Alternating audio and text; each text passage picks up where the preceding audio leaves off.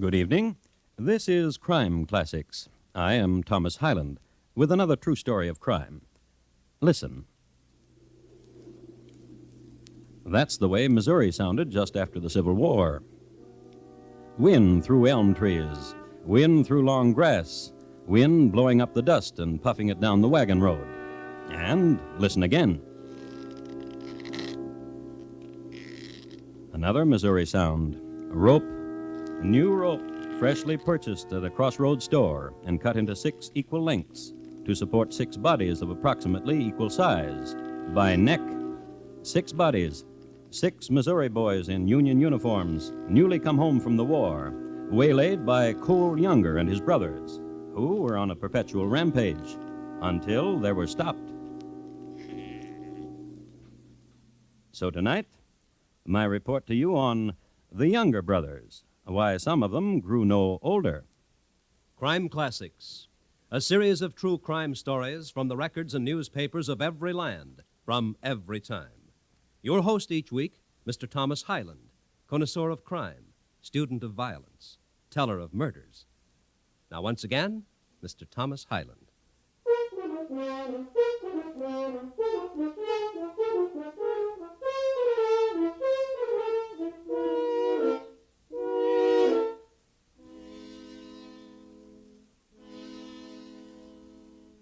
Before the Civil War, there was a border war. The boys from Kansas took gun to hand and shot up the boys from Missouri. And the next Saturday night, vice versa. It got so they didn't wait till Saturday night. Every day was bloody day for everybody. The question now arises, why? The answer is simple. A difference of opinion about slavery. And they couldn't wait till war was declared. Raid and pillage and slaughter in bloody colors smeared on in bold brushstrokes. And one day, through this never-never land of pistol and knife and torch, there walked a young man. His name was Cole Younger. He was leading a horse and buckboard, and when he came to a certain shack by the road, he was at the end of his journey. People around saw he wasn't armed, so they let him through. They saw his face and the look in his eye, and they let him through.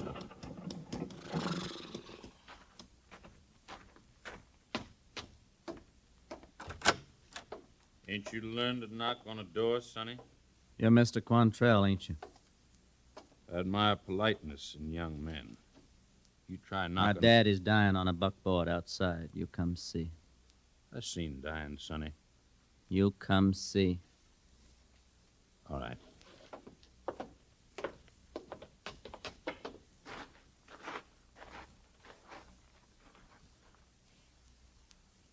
He's dead, Sonny.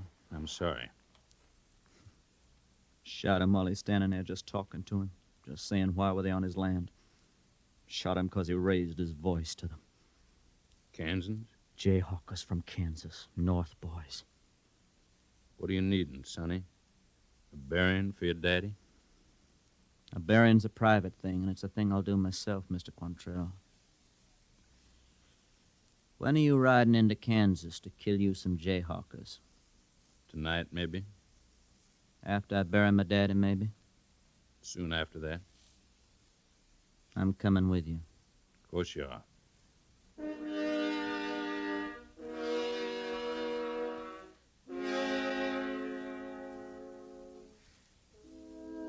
Not right after he buried his daddy, but soon after. Cole Younger had to take an oath before he became a member of Quantrell's Raiders. It was called the Black Oath, black being the color Quantrell admired most, since it suggested death and danger. The candidate was placed between 4 men clothed in black, wearing hideous masks representing the devil. First, these men clattered long, keen swords together, then pointed one at the candidate's throat, one at his heart, one at his arms, one at his feet, while the oath was spoken.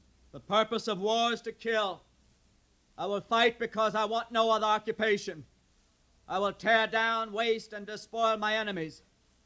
By the powers of darkness, here under the black arch of heaven's avenging symbol, I pledge and consecrate my heart, my brain, my body, and my limbs to exterminate Federals, Jayhawkers, and their abettors. And if I fail in my oath, may an unmerciful devil tear out my heart and roast it over flames of sulfur. Well, by the time war came, Cole Younger was 2 years older. He was Quantrell's first lieutenant. This rise from the ranks because he was a smart lad, a reader of books, a blower-up of ammunition trains, a burner-down of farm buildings, a pillager par excellence, a murderer meticulous, in that he only shot males, and mostly always from the neck up.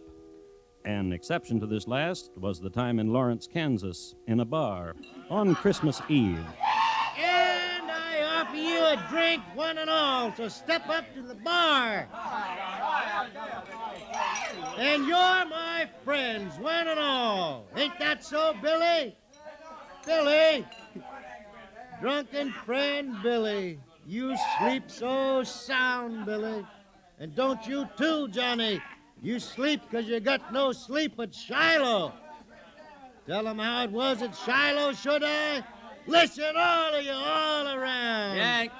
You step right up and have a drink, courtesy of me and Bill and Johnny and the Union Army. Yank. Huh? What you doing round these parts? Sent us out here to get us Quantrell. What's your name? Martin, Wallace Martin. A sergeant from the stripes on your uniform. And my drunken friend Billy's my corporal. You've and seen a lot of killing, ain't you? Didn't you hear? We were at Shiloh. Were you brave at Shiloh? Huh? Brave. Like you are now. What are you talking about? Talking a streak just before you're gonna die. You ain't too tall a fella to be talking. Billy! Corporal Billy, wake up. Now you come on, open your eyes, Bill. You see this, Bill?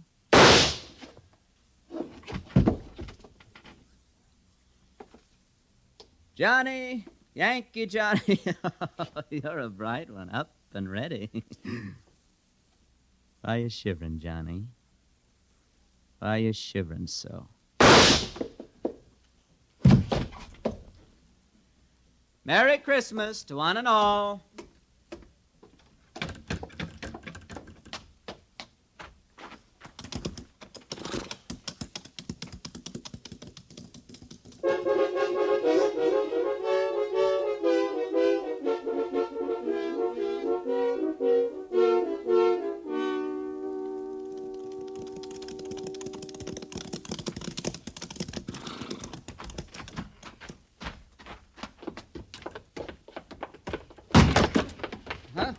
Up on your feet, up. You're John Younger, aren't you? Yeah, but what's the idea all you men busting in here? Vigilantes. What you won't hear? Cole Younger's your brother, isn't he? Yeah. Where is he? He ain't here. Where is he?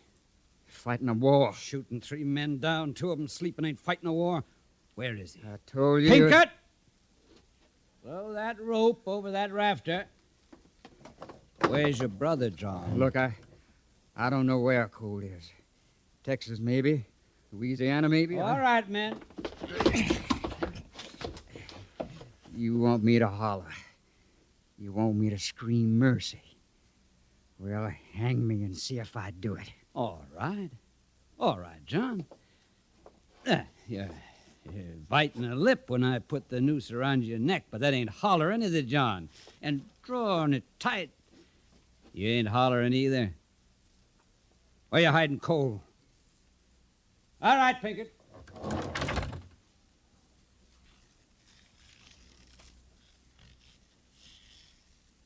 Let him down. Loosen the rope a little, John, so you can holler. Or tell me where Cole is. You'll rot before I tell you. You'll rot before I tell you. Regular brother to Cole, ain't you? Try me. I just tried you. The end of a rope. A dozen of you did that. One at a time. and I- Pinkett! Wait. All right. We'll wait. You're gonna kill me. I gotta say something. I gotta tell you about Cole.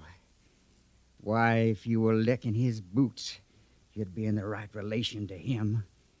He's fighting for what he knows in himself is right. Cutthroat, your brother isn't a bloodletter, and...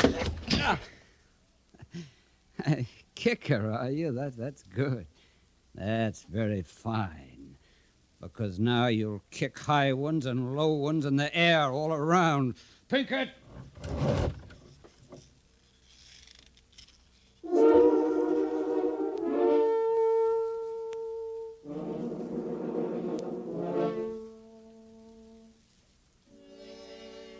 But they didn't hang him until he was dead.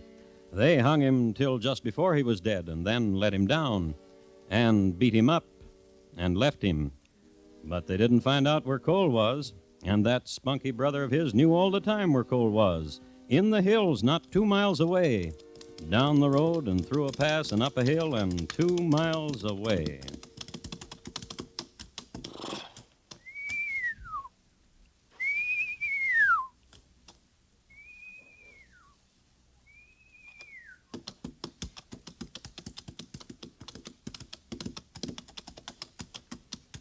Hi, John.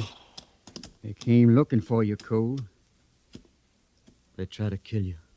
Did a thing with a rope. Here. Thing like that, and you didn't say a word, did you? I'm coming along with you, Cole. From now on. That's good.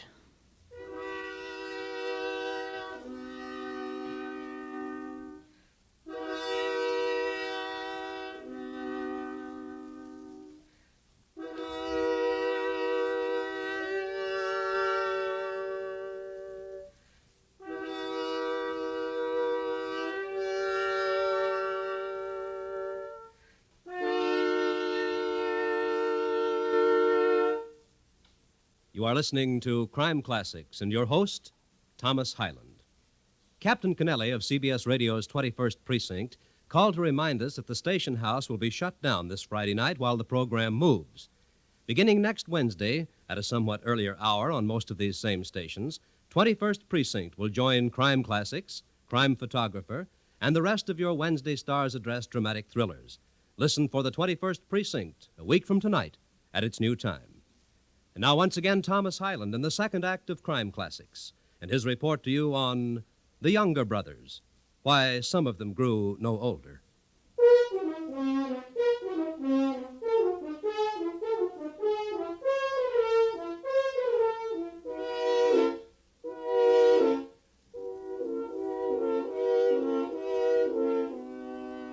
On April 9th, 1865, General Lee surrendered, and the war was over.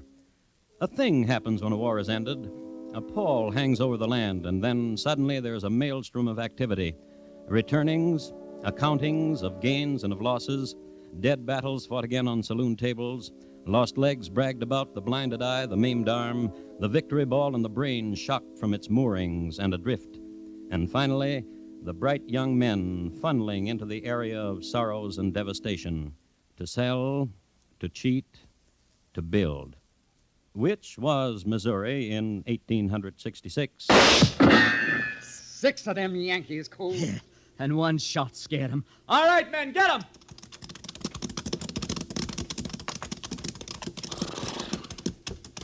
That don't look like none of them are armed, Cole. Yeah.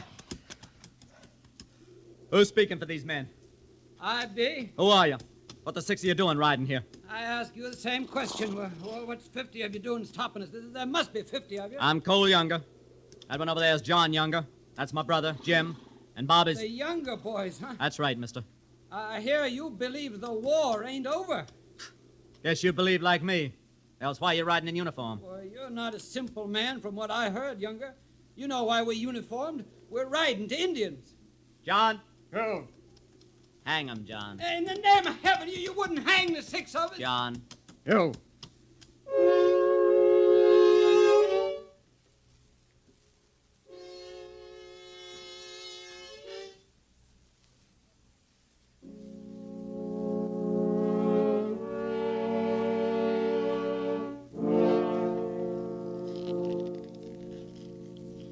The wind and the rope.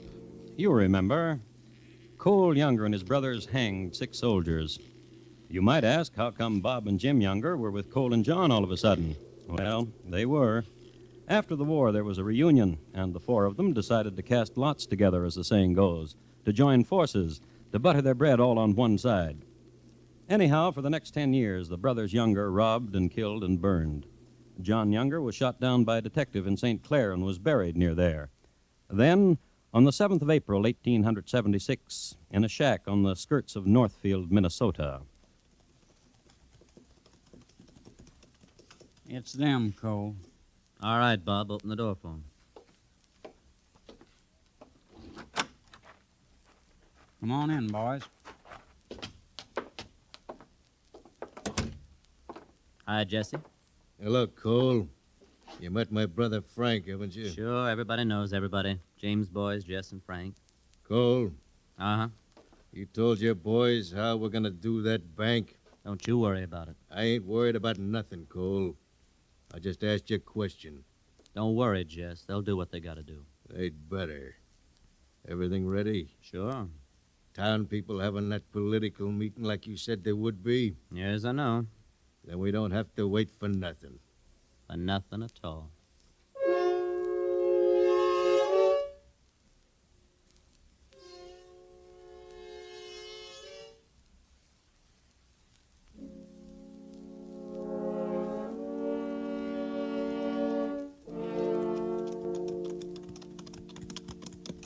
Cole, Uh-huh. a lot of money in that bank. That's good. Me and Frank talking about retiring for a little while. Going to Mexico. Huh? Sniff. What are you smelling, Cole? Too empty. Yes. Just said too empty, that's all. You and me, Jess, Bob, and Frank. Rest of you wait.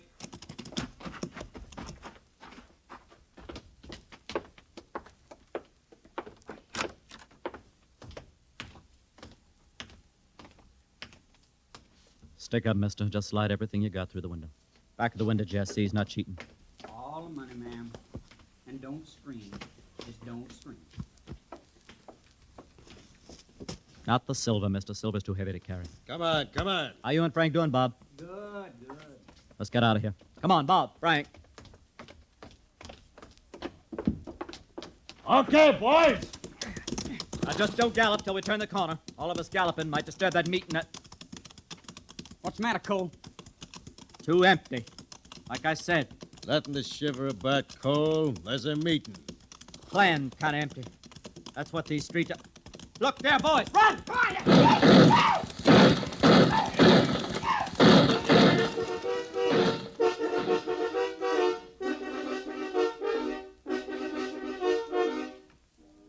The bank robbery at Northfield was the turning point.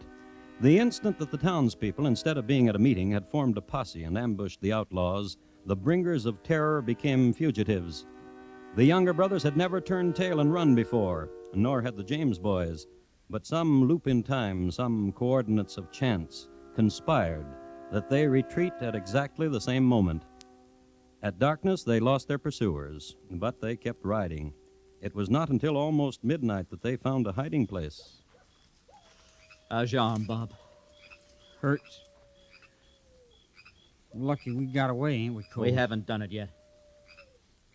Jim hurt bad. Ain't riding no more. Dying? Maybe. Cole. Yeah. Jess is fuming. I walked over in the clearing a minute ago. Him and his brother was teasing with Jim.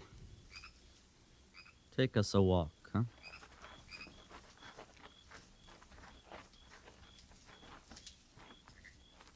Hi, Jess. Just looking at your brother here. Marveling. Oh? How's he staying alive? That bothering you, son? Well, I'll tell you, Cole. Yeah. Yeah, it is. Jesse, You talking at me, Bob Younger? tell my brother Cole what you've been saying about Jim. I've been saying, Cole, your brother Jim be better off dead. Better for a lot of people. Like who? All of us. So we can get on our horses and start riding. How long do you think it's going to take that posse to catch up with us? The truth is, Jesse, I haven't thought about that. Well, now, just you think about it. Jim can't ride, Jess. That's what I've been saying. What do you think we ought to do with him? Leave him. Oh? Oh, shoot him. I'd shoot him. Jess, Uh-huh. you're a dog, Jesse. Oh, you think so, huh? I'll tell you what else I've been thinking. Tell me, Cole. Tell me real fast so you can get it out. Thinking how it would be we drew on each other. Be pretty with me. Want to try? Be pretty with me. Stop it! You two loco killing each other? That's what'd happen, you know it. What do you think, Jesse? I think maybe your brother Bob is right. But you want to try. Here I am. You get going, Jesse. You gonna stick around for a posse? Maybe. Just you get going. Not because you're saying it. Because I think it's a thing to do. Come on, Frank.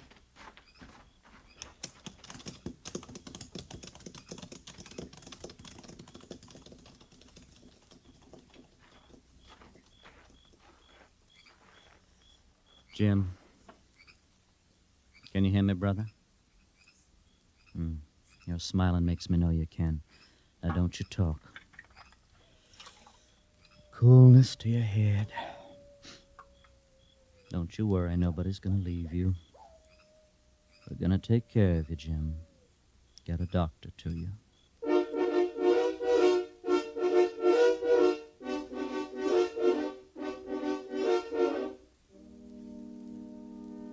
Somehow they eluded the posse from Northfield, and Jim got stronger, and they rode. There were 4 of them, Cole Younger and his brothers Jim and Bob, and a man named Charlie Pitts. Across Minnesota they rode and into Iowa, and now there were posses everywhere, some numbering 1,000 men, and they couldn't catch the Younger brothers. Rewards and promises by bankers and sheriffs and governors, and they couldn't catch the Youngers. The brothers, as far as anyone could tell, were headed into Missouri, but no one could catch them. And once... Think I got one of them, Cole. And me too. Think there was only 2? You cover me, I'll go make sure.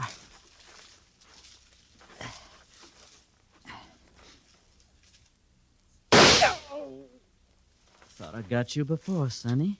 Not my pride. Guess me and my brother both got him. You hurt bad? Crazy to try to ambush us. Only 2 of you, son. Reward. What are they offering for us?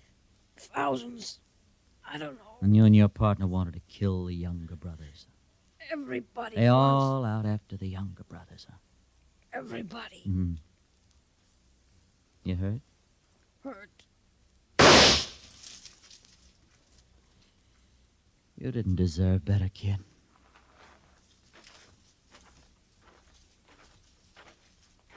Two of them, Cole? Like you said, kids. Kids. How old are you, Brother Bob? Yeah.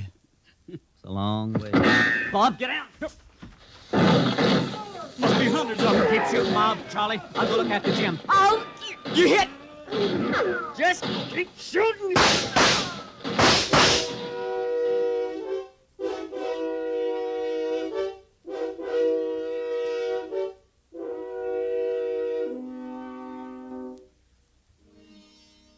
And at last they were surrounded.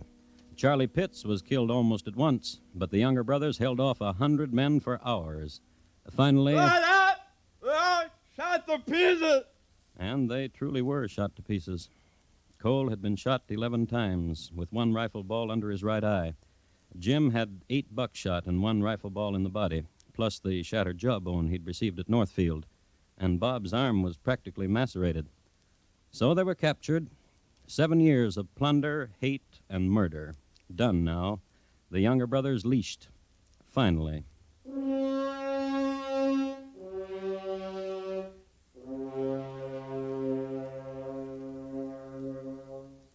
They were tried and sentenced to life imprisonment in the penitentiary at Stillwater, Minnesota. Several newspapers tried to get Cole Younger's story, and here is a copy of the letter which he wrote to one of them.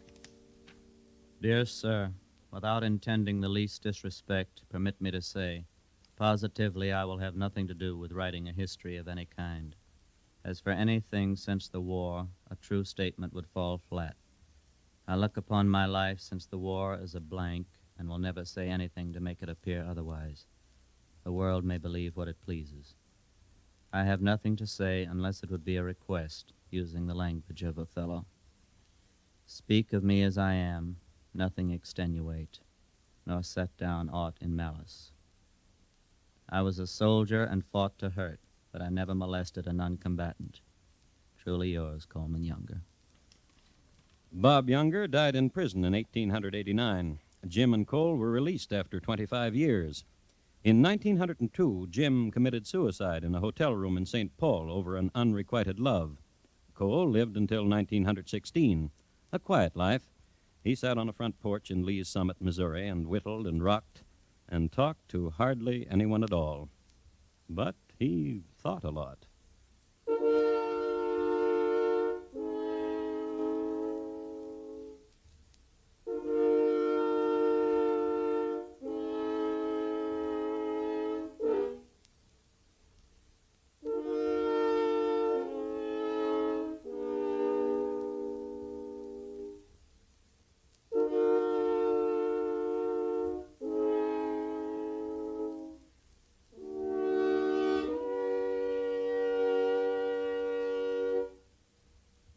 In just a moment, Thomas Hyland will tell you about next week's crime classic. The Younger Brothers, tonight's crime classic, was adapted from the original court reports and newspaper accounts by Morton Fine and David Friedkin. The music was composed by Bernard Herrmann and conducted by Lud Gluskin, and the program is produced and directed by Elliott Lewis. Thomas Hyland is portrayed on radio by Lou Merrill. In tonight's story, Jack Edwards was heard as Cole, Sam Edwards as Bob, and Jimmy Eagles as John Younger. Featured in the cast were Barney Phillips, Clayton Post, Bill Bissell, and Walter Tetley. Bob Lamont speaking. And here again is Thomas Hyland. Next week, South Konkan, India, in the spring of 1856. We will concern ourselves with two brothers. Their names were Kanak and Supan, and they despised each other. It's listed in my files as How Supan Got the Hook Outside Bombay. Thank you. Good night. Two more familiar CBS radio headliners have moved. This Friday night on most of these stations, where you've been accustomed to hearing Stage Struck, the Star's Address now brings you the new Friday night full-hour Arthur Godfrey Digest show, bringing you Arthur and all the little Godfreys back to nighttime radio with a bang. As for Stage Struck, this fine full-hour visit with Broadway shows and Broadway folks will be presented Sundays at the Star's Address from now on. Thursday nights, Marlena Dietrich stars in Time for Love on the CBS Radio Network.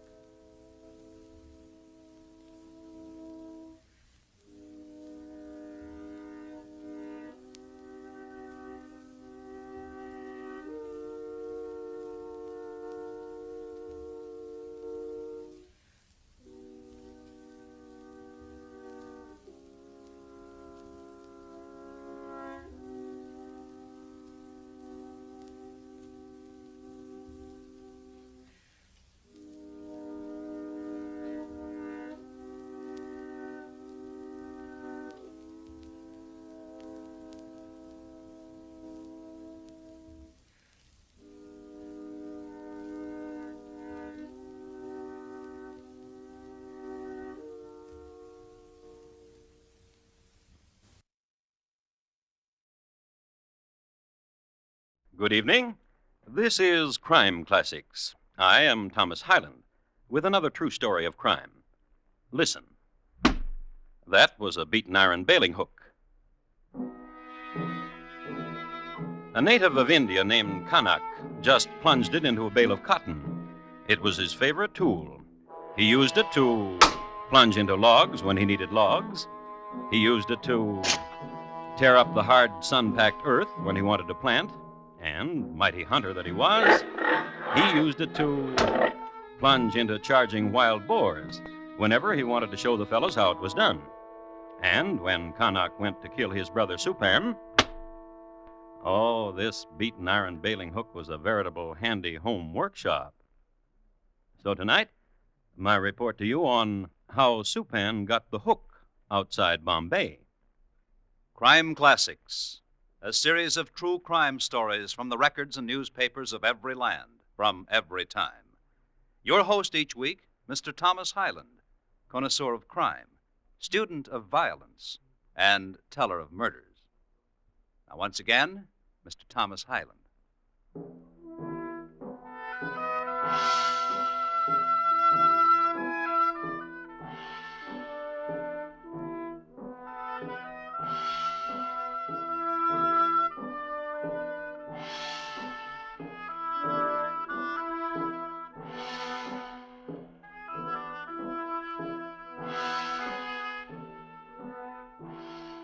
I would like to address a few pertinent remarks to those of you who may never have been in South Konkan Province, India. It lies athwart the Western Ghats and the Arabian Sea. In 1856, the time that concerns us, the province claimed many more vultures than it does now. It was a place of contrasts, of beggars and marble temples, of havildars and pakasabs, of monsoon and searing sun, barren fields, jackals, pomegranates, cobra, Englishmen, fakirs, and veiled maidens, and life and death. Now, there lived in this section of the country two brothers, whose names were Kanak and Supan. And on an early April evening, they were consoling each other. Weep not for our dead father. That was Kanak, tall and well-formed, of sinew, and who could not bring himself to cry over his dead father. No, I shall not. For he was a good man and gentle, and he goes to his peace. That was Supan, brother to Kanak and younger. He couldn't cry either. See how he burns there on the Ghat. The end of a man. The just end of a man. Ashes. The last of the wood, brother. Let us together throw it upon the pyre. Together. Noble thought. Ready? Together. Now. He taught us well, our father. How to be brothers. To love each other. I must tell you something. Then I to you. Often our father would lead me to the clearing below the tent of the unveiled women, and there he would say to me, whatever betide, love thee, your brother, which is what I wish to tell you. Then he would pour the oil of blessing on my head and on my shoulders. And to me. Brother. Brother. Brother. Yes, brother. Our father left no will. Fret not, brother. Nor should you fret. How should I fret when our father left to me all his worldly goods, and also the fertile acres near the waterfall? Huh? Poor brother, you are mad with grief. How can I be mad when I remember so well our father's very words? Supan, he said, to you all my worldly goods, and also the fertile acres near the waterfall, which is what our father said to me. Supan. Yes? I am the older. I was the favorite.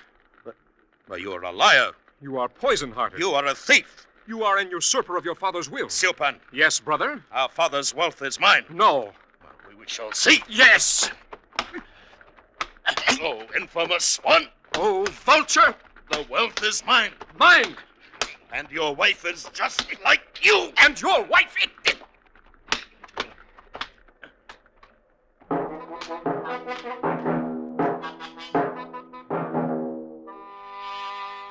People who were cremating dear ones this evening were diverted by two fighting brothers.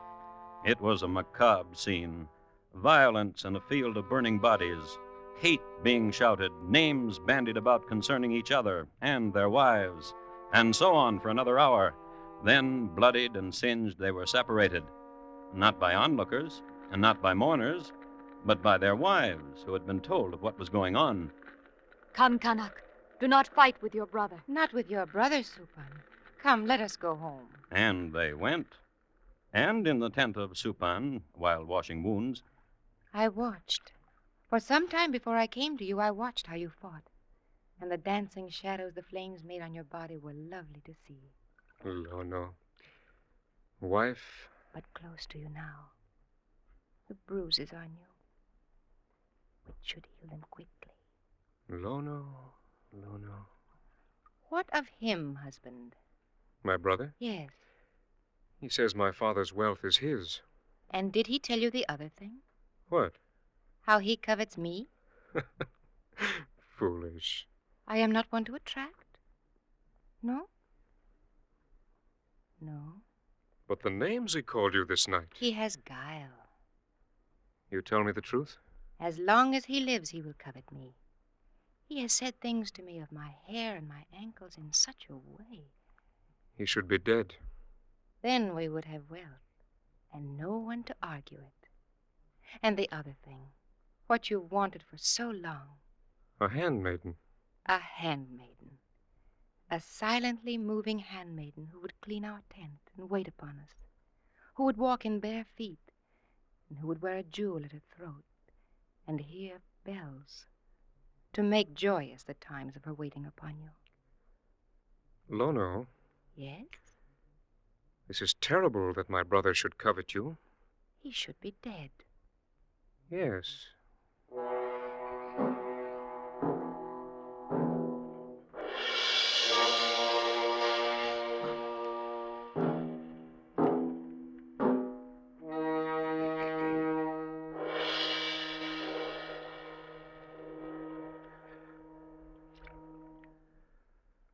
It is very logical, Kanak. Careful how you bathe my shoulder. The pain will pass. But what has happened tonight cannot. It is very logical Always you say it is logical. What now is logical? that in some way you should arrange the passing of your brother. Huh? What do you speak of? It is written. A thing is either logical or it is written. Now what? It is written. Sons are brothers only when a father can keep them away from each other. What fool wrote that? What gentle woman. Then listen to me. It is logical that since there is no will, your brother, your younger brother, can legally claim half of what should be yours. Well, he's done that already. That's why we've fought. And will you keep fighting and screaming at each other while the fertile acres near the waterfalls turns to weed? Or will you be rich? Huh? And if I be rich? It is logical you will be able to afford what you dearly want. Truly? A handmaiden. A handmaiden. It is written, a man's tent needs 2 women, a wife to heal the hurt and love, a handmaiden to carry goat's milk. Yes. Yes. Well? It will be pleasant to be rich. I know.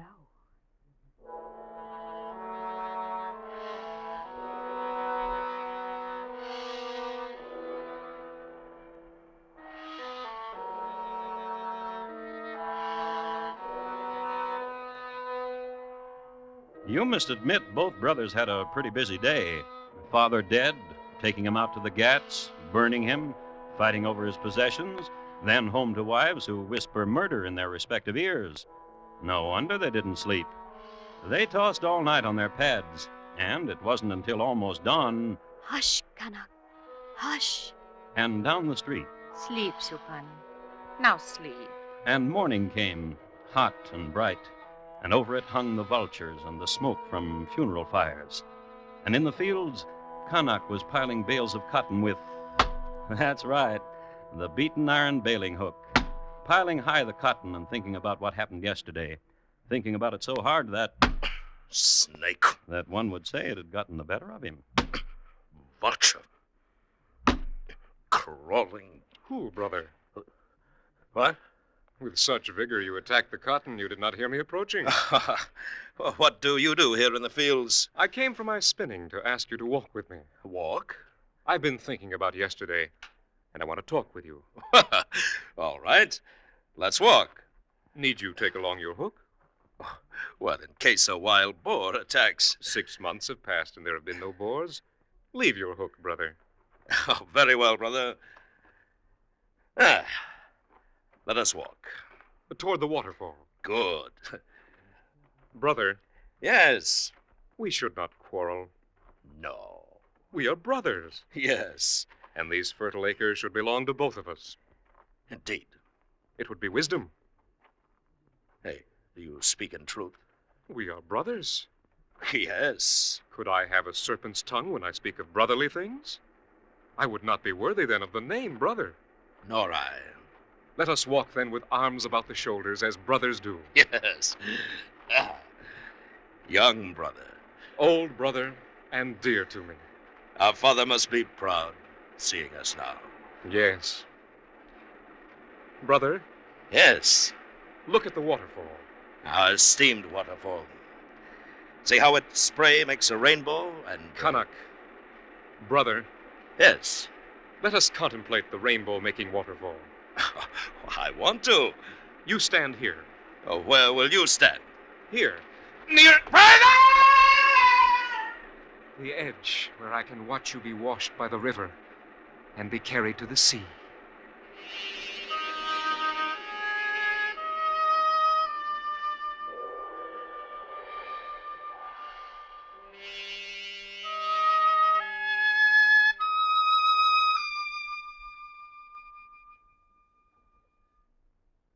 And so, to me, you are now a widow. My brother Kanak, your husband, fell from the heights into the torrent of the waterfall. Oh. Nor should you weep, for as he fell, he cried your name. Oh. And though he could not hear it, I yelled to him that I would always take care of you, my brother's wife. What will you do with me? I have discussed it with my wife, and we have concluded... What will you do with me? I am rich now. Oh. A handmaiden is wanted in my tent. Oh. Kanak. Why do you look beyond my shoulder and call to him? He is dead. I saw him myself fall into the...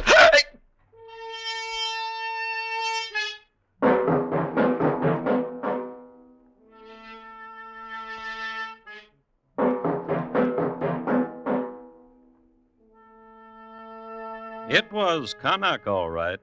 Beaten iron bailing hook in hand. A rather wet Kanak, but certainly not a drowned one. Not a dead one. But his brother was dead. This is known as turning the tables.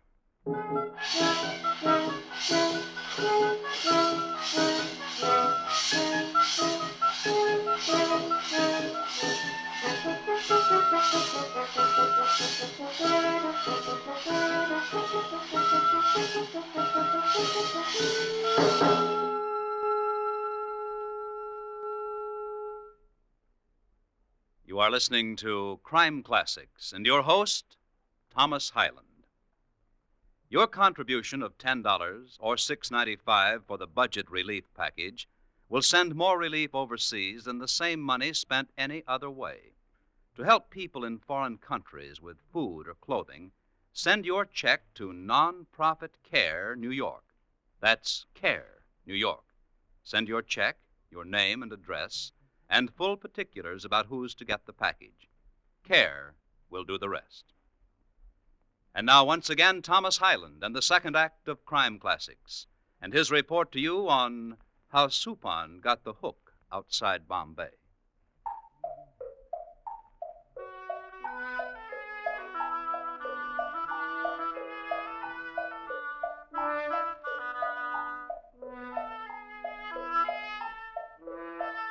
The spring of 1856 in South Konkan province, India, was a good one. The season was fair for the cotton and the butternut. The grain was gold almost to the sea, and the hives were overflowing. And it was this spring, you'll remember, when Lady May Smallwood appeared briefly on the pages of history to make her mark in Indian affairs, only to disappear with her secrets up the Khyber Pass with a wave and a smile never to be heard of again. And it was this spring when Kanak bludgeoned his brother to death with a hook. Now, Kanak was no fool, for, as he told his wife, If the authorities find out, they'll hang me. Then see to it that they don't. good advice. And Kanak was a man who heeded good advice. So, within an hour after he'd committed murder, he presented himself to the mayor. Have you paid your taxes, Kanak? Which was always the mayor's opening gambit, for collecting taxes was the mayor's chief duty, and to this particular mayor, duty was an obsession. Good. What brings you to me? Yesterday, my father died. I know. I will inherit. You will inherit. And your brother? Today, my brother died. Oh? He knelt in the field, and tiger sprang upon him. A tiger? A tiger. I have heard that tigers do spring upon those who kneel in fields when tigers are about, and who are hungry or who have become frightened. A huge tiger with great talons and foam-flecked muzzle. An angry tiger. What angered him? Who knows the way of Tigers. Who indeed? We were speaking, my brother and I, and my brother knelt to pick a pebble that had lodged in his sandal. Which frightened the near-passing tiger. The huge near-passing tiger. And made the beast angry. Caused him to make terrible roar. And spring. And with one blow nearly sever my brother's head. And so killed him. Bow not down your head, Canuck. Lift it up, and tell to me of the fertile acres by the waterfall. They are mine. So many acres. Some people may doubt my story of how my brother died. I have heard so fertile are your acres that one need but throw the seed upon the earth, and it flourishes and brings riches. Some may say like this, we saw no tiger, we heard no tiger. Then they would be wrong, for I heard a tiger. How perceptive you are. And saw him, carrying your brother between his jaws. A huge tiger. Oh, do not recall the hugeness of him. I tremble. For the fright I caused you, a gift. The quarter section south from the stream. Did I pluck the words from you? Wise mayor. My brother, my poor dead brother, is for some reason at my house now. I will see he is not there for long. Then I go with my grief. Go then.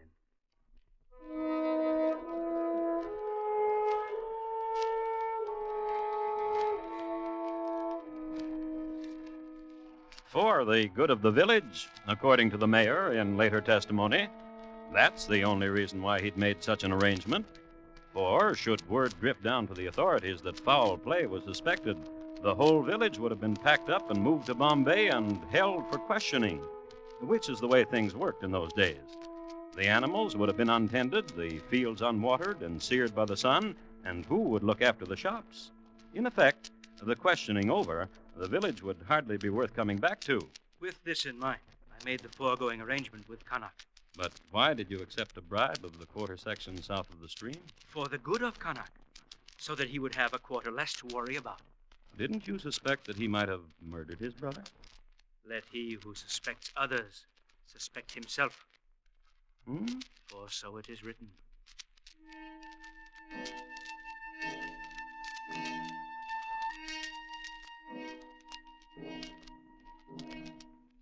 Canuck, having made an arrangement with the mayor, Canuck, had another arrangement to make. He went to the home of his brother to seek out Lono, his brother's wife. She wasn't there. So he followed the smallest footprints in the warm dust. And, eventually... I did not mean to startle you, sister-in-law.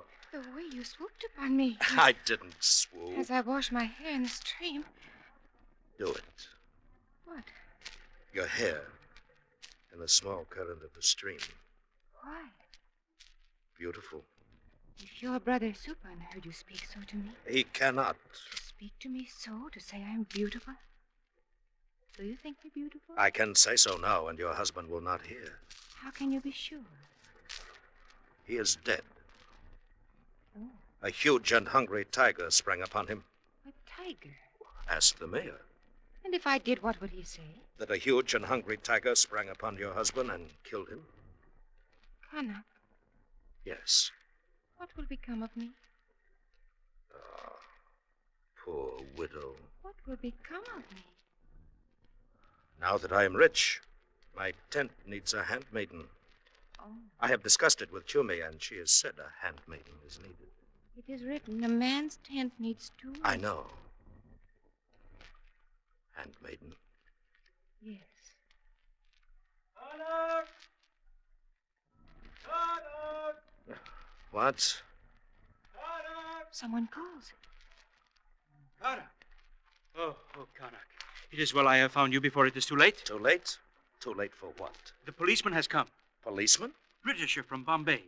On his inspection tour. Inspection tour? Lono. Tell him what I have said.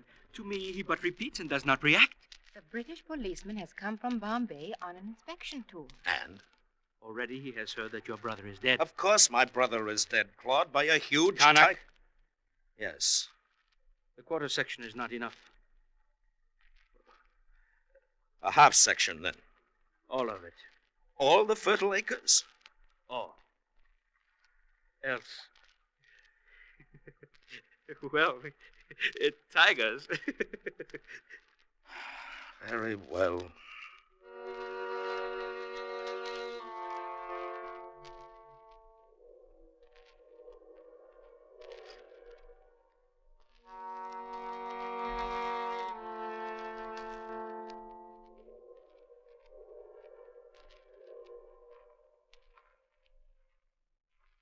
What you say is quite true, Mayor. As you will see, it was a tiger. Claw. Oh, pity. Pity. A chap who doesn't know any better but to turn his back on a tiger. How big did you say? Oh, my.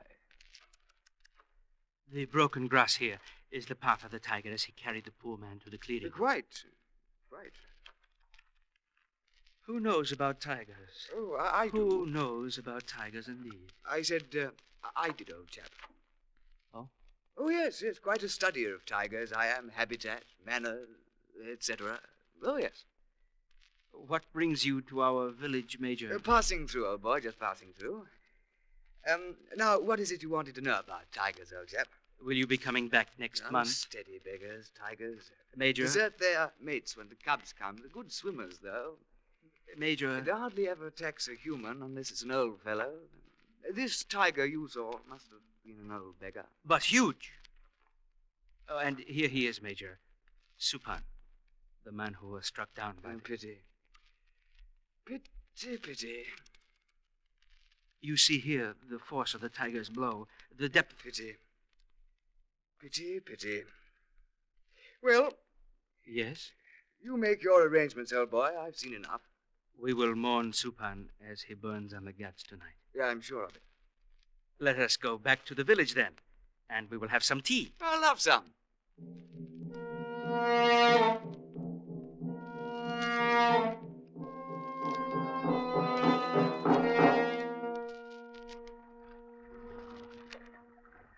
Most remarkable time of an Indian day, don't you think so, old chap? Yes, I do. Paddling into it like this. Mayor. Yes, sir. The population of your village, please.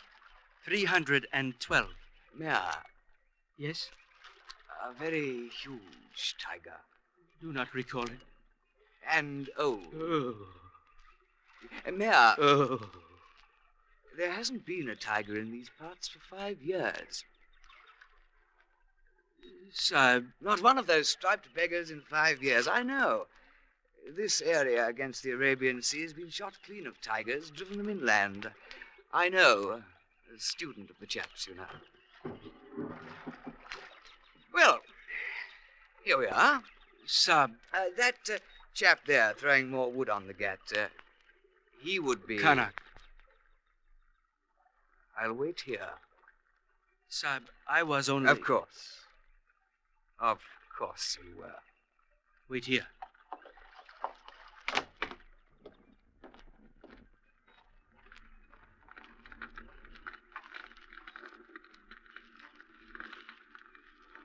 Karnak. Mayor. Oh, grieve with me, Mayor. Grieve with me. Murderer. What? Murderer. Well, what of our arrangement? You struck your brother down with a bailing hook. But our arrangement? Murderer. You are under arrest. Come.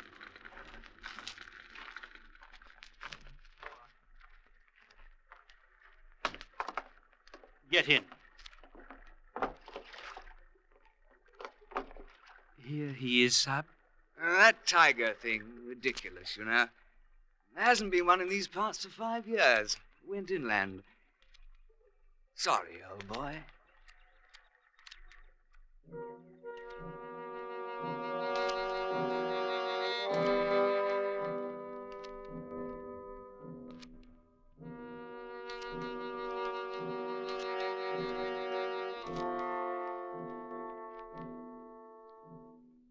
Connaught was taken to Bombay, and the rest of the village, too. So eager were the townsfolk to get back to their town that each one pointed an accusing finger at Connaught. He was found guilty. He was hanged. He was sent back to the village. He was burned on the Ghats. It is interesting to note that 3 weeks later, Connaught's wife, as she bent over to pick a pebble out of her sandal, was carried off by a tiger and eaten.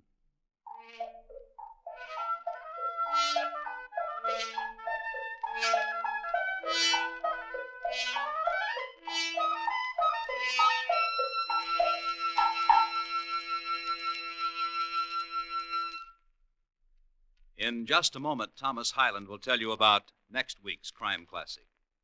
Supan, tonight's crime classic, was adapted from the original court reports and newspaper accounts by Morton Fine and David Friedkin.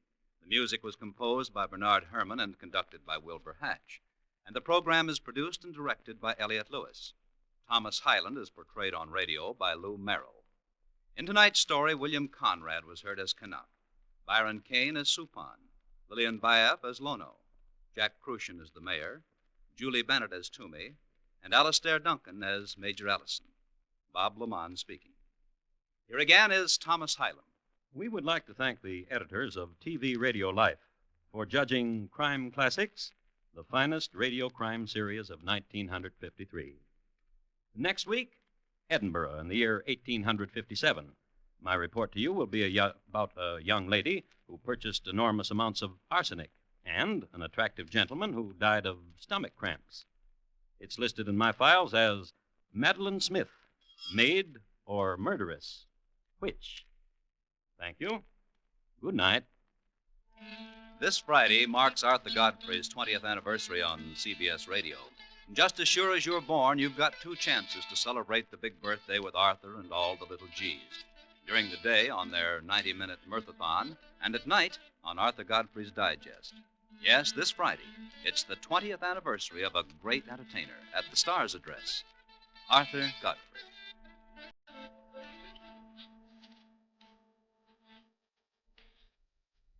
For integrity and accuracy, hear Edward R. Murrow reporting weekday evenings on the CBS Radio Network.